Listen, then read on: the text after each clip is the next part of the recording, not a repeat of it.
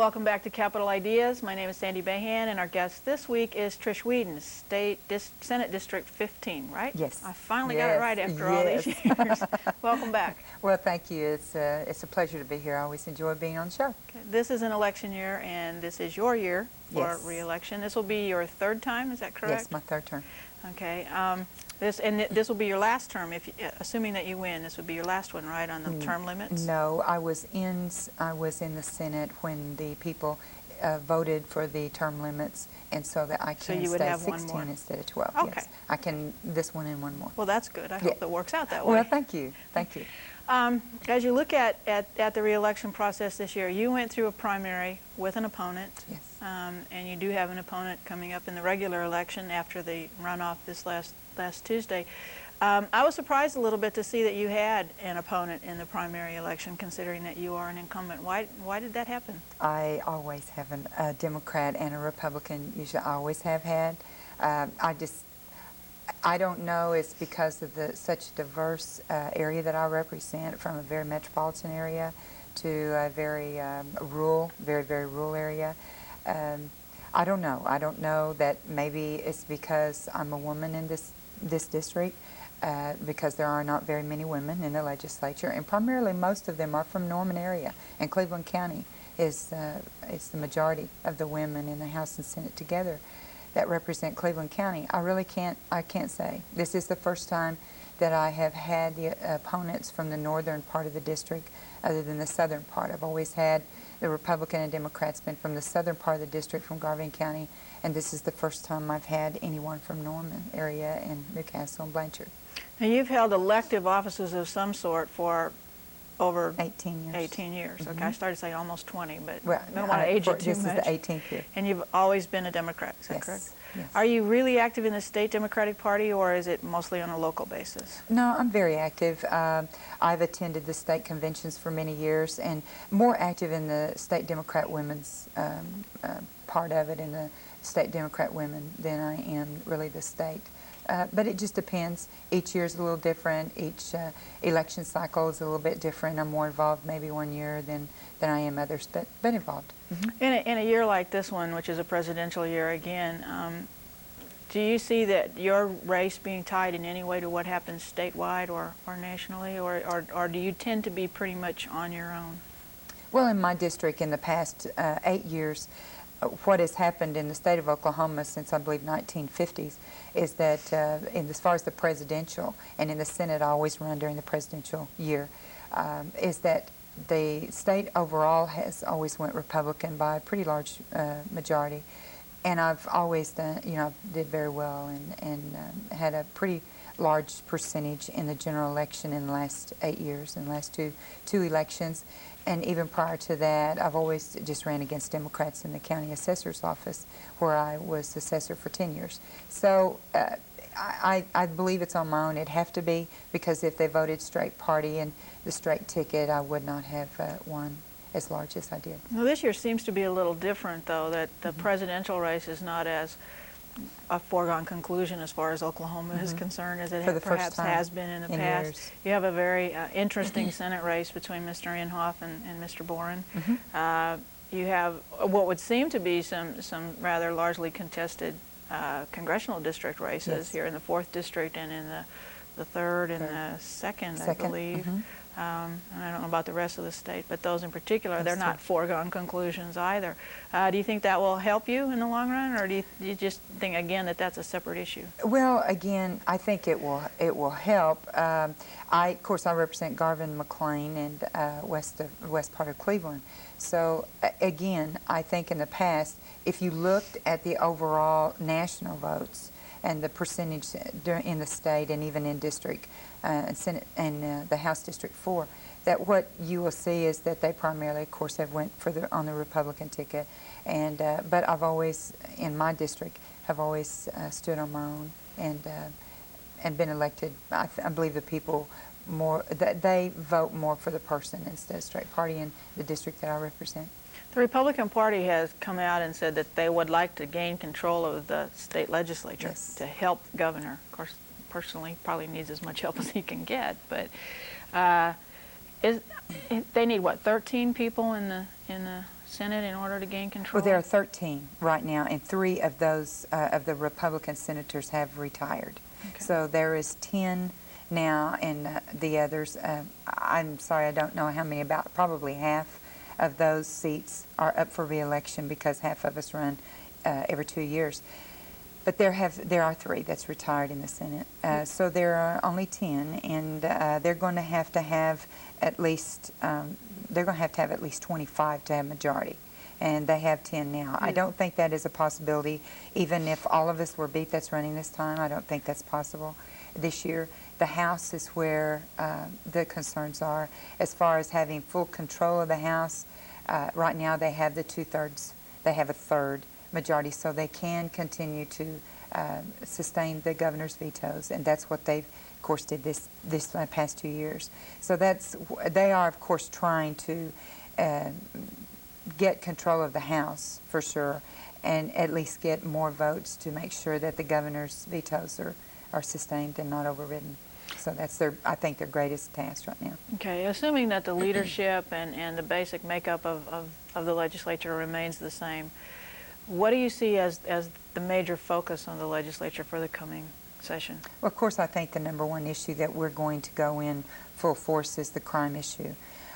What I wish that the true statements would come out and be known to everyone is that, yes, the SSP, where Mr. Fields had, got out on the special privileges and was with a monitor and, of course, killed his girlfriend and her parents, which was a disaster and was terrible. That the governor did finally sign the bill. He is the only one that could have. He had the same information that we had or that Department of Corrections had, not we per se. This is going to be an issue that's absolutely going to be addressed. This issue will continually be something that we're going to look at. The Truth in Sentencing Bill. The Truth in Sentencing Bill, the truth of that is that it did pass the House and the Senate by a tremendous margin to have some kind of truth in sentencing last year. For some reason, and I cannot say because the author of the bills on the House and Senate, for some reason it died in conference. It's an issue that we'll continually look at, and I think it'll just be brought up quicker because of the incident that we had. That is going to be the greatest thing. But the truth is that the legislature put $6.5 million more into Department of Corrections, which the budget this year was $247 million. We know we have a great need. There is problems. We've got to continue to address them. And that's what I hope that the people in my district will let me know. Do they want us to build more prisons? To spend state dollars? Do we want to have more private prisons to contract with? What is the concerns of my people? And I would ask that the people definitely get back with me and let me know what their needs are and what their concerns are.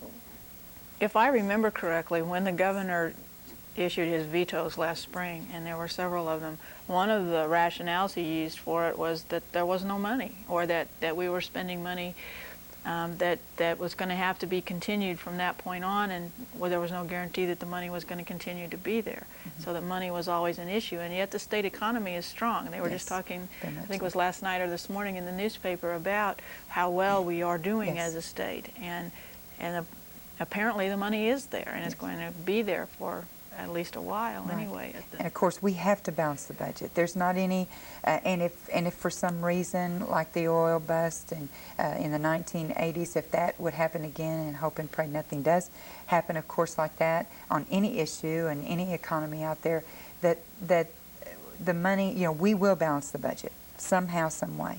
But it is, we know that we have a strong economy. More and more businesses are coming in, more and more jobs, 50,000 jobs in the last 3 years. The jobs are there. So the jobs are there, and the money is there to at least begin to address some of these issues once you identify out where the money needs to go. Yes. But will education continue to be? As long as we have the leadership that we have now, absolutely. It will always be very high on the agenda. It is something that we will continue to do. We have, it's a known fact, we've proven that $200 million has been put into the budget. Since I've been in 8 years, we've put that much in education, and we are, I think, our #1 priority now to continue the secondary education, but higher ed is also very high on the on our priorities and our agenda. Okay. I got a survey from your counterpart from Senate District 17, who's my senator, asking just various reflections on what has been done in the legislature or what some issues are. And one of the questions dealt with was, should the state build more highways, should the state build more turnpikes, et cetera, et cetera. And that always seems to be a recurring argument about the road issue and where does all this lead us? I mean, what's the legislature's feeling on turnpikes and roads and all Well, that kind of stuff? Well, I think the legislature, I think you'll see in the past, is absolutely not for turnpikes, paid turnpikes, toll roads, to putting more and more dollars into an issue that cannot possibly pay for itself. And that's what we've seen, just making sure that the repairs, I mean, like such as the 2-lane turnpike that was put in at Ada and between Ada and I believe Davis, 2-lane turnpike that is just an honor system. You just put the money in there if you want to. And I cannot tell you what the number of people that drive that turnpike, but not many. I guess Cimarron, others, the only ones I think that is keeping all the turnpikes up, of course, is H.E. Bailey and the Turner. Many people drive those. We continually raise the tolls just to keep up, pay for the others, pay the bonds off, continue the maintenance of the ones that's used by a number, that are highly used. Again, we've got to look at the issue. I personally am not for turnpikes, never have been for adding more turnpikes. It's an issue that we'll continually argue with, and I don't know if it's a dead issue. The governor, of course, wanted turnpikes, wanted to continue and over to I-40 from the turnpike in Oklahoma City. I can't think of the name of it right now, but it's an issue that we're going to continue to look at. I personally am not, and I think the leadership is not for more turnpikes. So we'll see what the authority does. The authority has the right to do whatever. Okay. Let's go back to education for just a moment. 1017 infused money into for textbooks, for classroom kinds of materials, for teachers' salaries, et cetera, et cetera. One thing it didn't infuse money for was capital spending for buildings and maintenance of grounds and things like that. And quite honestly, that's where the big need is in a lot of places. Norman is growing. We're building a new high school. Chances are we're going to need another one too far down the road. West more and more are at capacity and are going to need a third.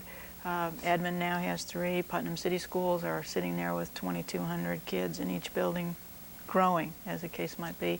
And smaller towns and smaller schools, like I don't know the names of the towns in your district, but I would imagine there are some small schools that need new buildings, new facilities as well. And they're growing, especially in the areas of the metropolitan areas. Where does the money come from? Because a place like Norman or Moore or Edmond is at bonded capacity as it is. We're going to have to address the bonding capacity, the issue of the percentage that due to the assessed value and the money that we're going to have to, it looks like especially in some areas, have the school district have the authority to, if they choose to and the people choose, and vote on those issues, because it has to be voted on. All capital outlay has to be voted on in bonds. It has to be paid for in bonds. So we have to go back and look at the percentage that the capacity can be expanded, and then of course leave that up to the people in the district. I have no problem with that. It needs to be extended. Is that an issue that's in the legislature? Are they aware of that? Or yes, and really and truly the constant. I wish I could tell you and could have checked on this. I don't know if it's it's something that we can do without going to the vote of the people. I believe that possibly could be a constitutional issue, that the percentage is. Now that I wish I knew to really tell you, but it seemed like it would be an easy thing to do, and I couldn't see how there wouldn't be enough support in the legislature to give those local school districts that authority to put it on the ballot and let the people decide if they need to have more building space. But there is an awareness that this needs yes, to absolutely, that this needs to happen. Absolutely, because that was a real concern for the last 5 years, especially that some of the areas they couldn't vote any more bonds. So it is an issue. And with class sizes coming down. Yes, you have to have more room. Yes. When we require smaller class sizes. Right. Sure. Okay, we'll be back in just a moment with 2 students from Central Mid High School.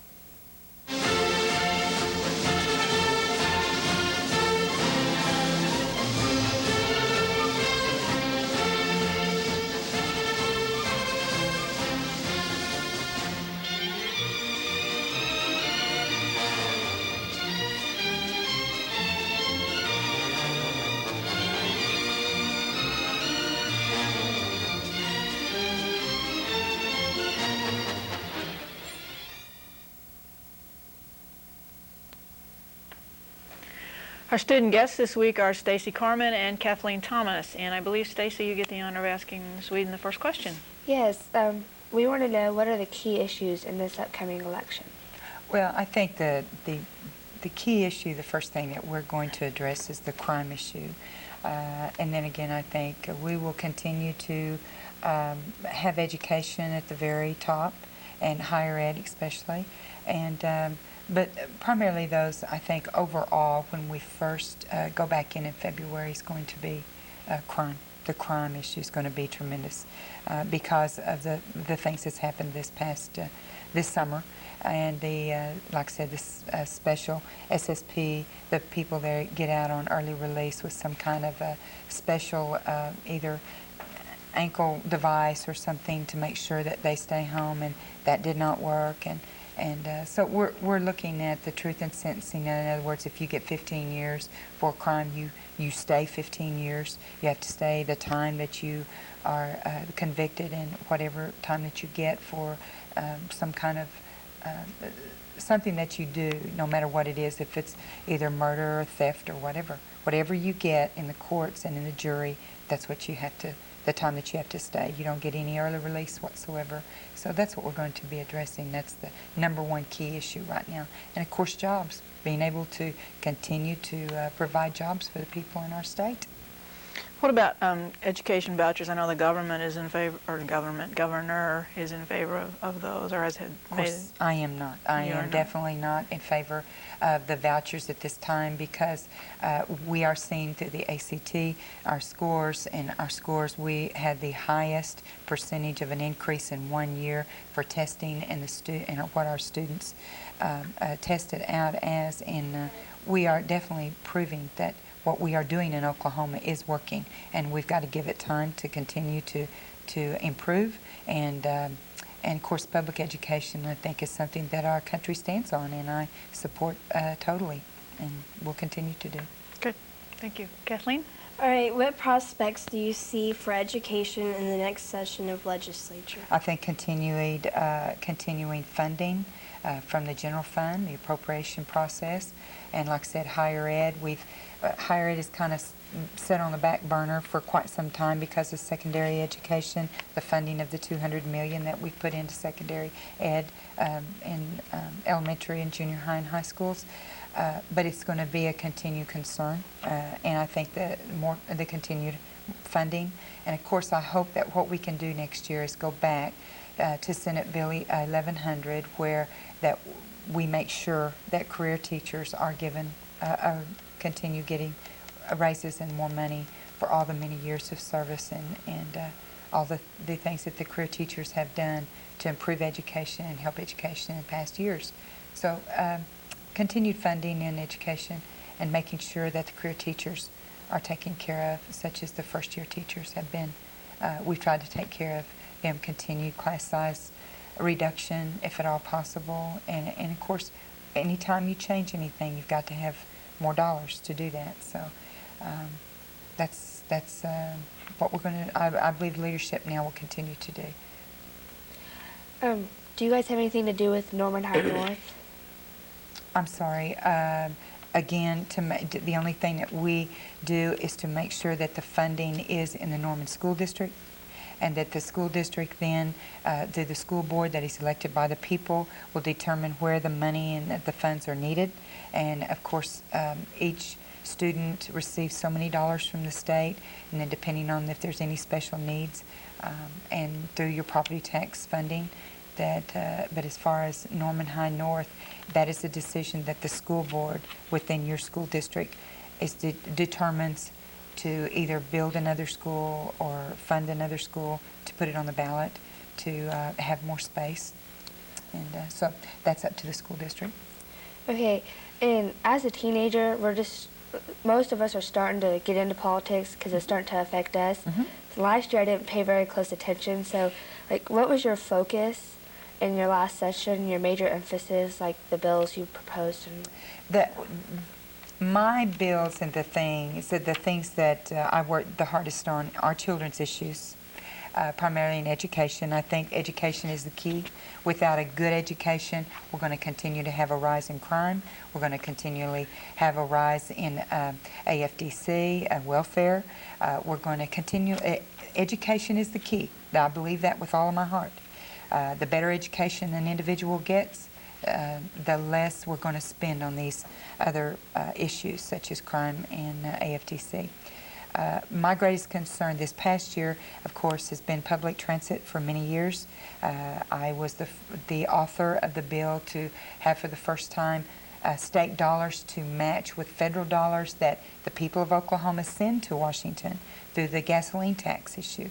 And we have to have funds to match with that, either 50-50 match or 80-20 or 90-10, depending on what that match is, whether it's equipment or whether it's for just whatever the needs are for especially the elderly, but primarily for anyone. Public transportation is for anyone. We need it desperately in Norman because of the college students and because of the people that are not able to drive because of either disabilities or they just don't drive. They just can't and are afraid to drive. What this does is keep people home longer, keeps them out of nursing homes, the elderly, the seniors.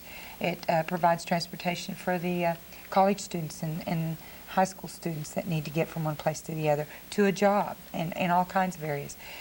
Washington right now in the past 2 years is continually decreasing those funds that we're getting throughout the states, and that is one of my big priorities is to make sure that public transportation is adequate, and especially to expand to the rural areas. We have now, for the first time, we have public transportation buses for everyone in McLean County that needs it.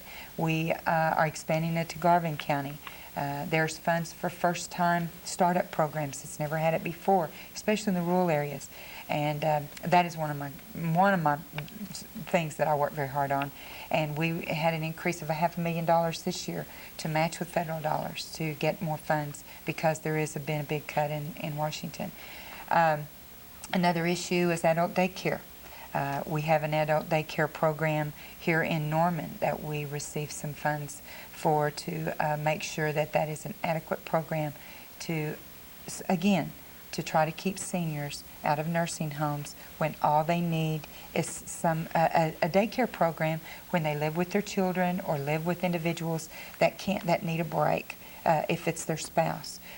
That's a very important issue that I'm working on and that I feel very strongly about in the Norman area especially. What is your opinion of Governor Keating and the choices he has made regarding education? My concern with Governor Keating is that when he ran 2 years ago, he advocated a strong education, that he supported education. And in the past 2 years, what I've seen and what I feel is that the governor has a totally different opinion now about public education, and that what he has shown us is that such as Senate Bill 1100, which primarily took away a lot of the mandates that the education had to provide, the schools had to provide to the state, a lot of mandates and things that were required to then turn that over to the local school district and the board and the administration to know what those needs are. The funding of career teachers mandate that the funding, the $31 million that was put into, I'm sorry, I believe that was the request first. I think it was $13 million for career teachers would be specifically spent for career teachers.